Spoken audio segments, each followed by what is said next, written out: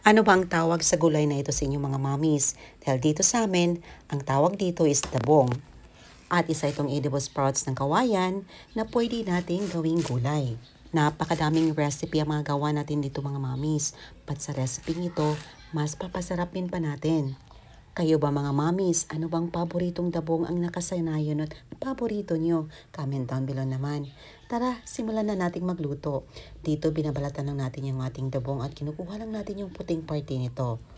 At kapag naging ganito na, ikat lang natin yung dulo at remove natin yung matigas na parte nito. Kukunin lang natin yung medyo soft at madaling slice na dabong.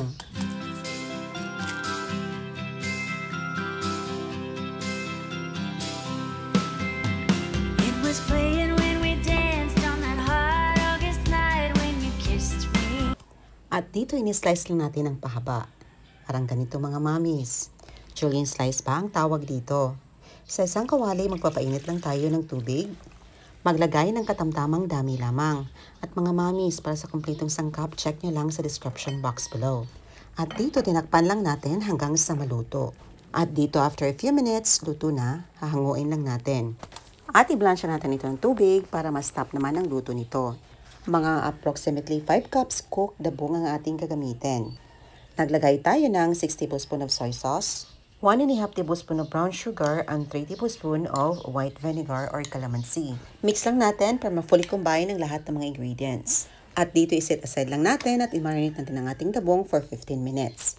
Naghiwa lang tayo dito ng mga 300 grams of pork belly at sineparate natin ang taba nito. Naglagay tayo ng asin, rock salt ang ating ginamit. At i-marinate natin ito sa asin for 15 minutes. And while waiting, maghiwa muna tayo ng mga spices. But before that, nililinis muna natin ang ating chopping board ng calamansi. Gagamit tayo dito ng bell pepper, siling haba, red onion, at saka garlic.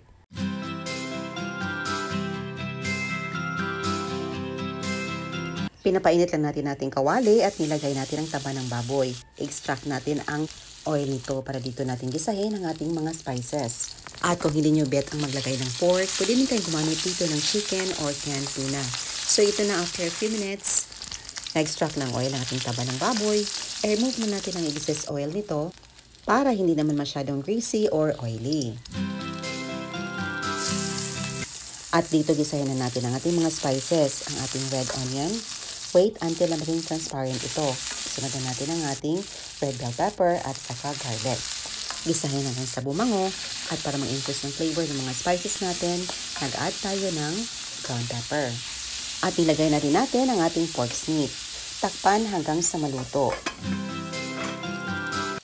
And after a few minutes, kapag naging ganito ng pork natin, ilagay na natin ang ating bamboo shoots or dabong.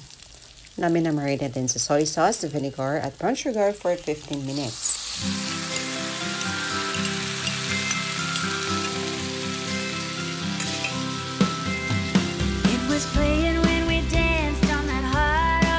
At dito minix lang natin at nag-add tayo dito ng 1 teaspoon patis and salt and pepper to taste. Of course mga mommies, pwede nyo i-adjust ang taste according sa inyong panlasa. Tinakpan lang natin ng mga 1 minute at nagbudbud tayo ng siling haba.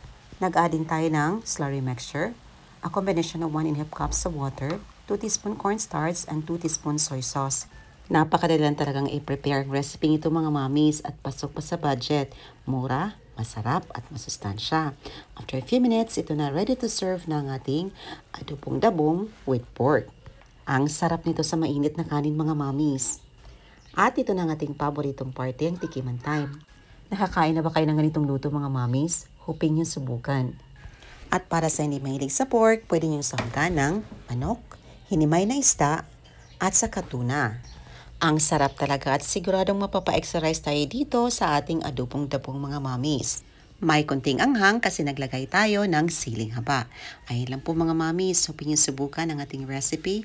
Thank you so much for watching. See you in my next vlog. God bless you all and stay safe everyone. Bye and enjoy!